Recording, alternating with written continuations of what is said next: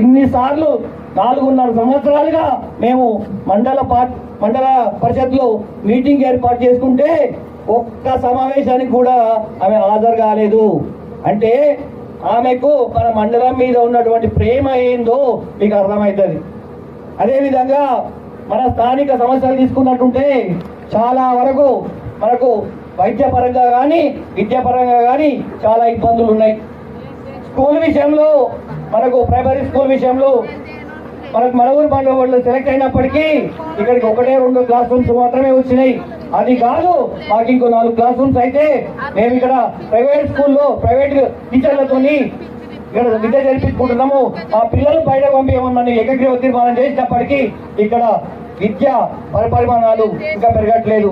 నేను జిల్లా పరిషత్లో కొట్లాడినా, మండల పరిషత్లో కొట్లాడినా, మన రాంపూర్కు ఇంకో 4-5 క్లాస్ రూమ్స్ ఇచ్చినట్టుంటే మన పిల్లలు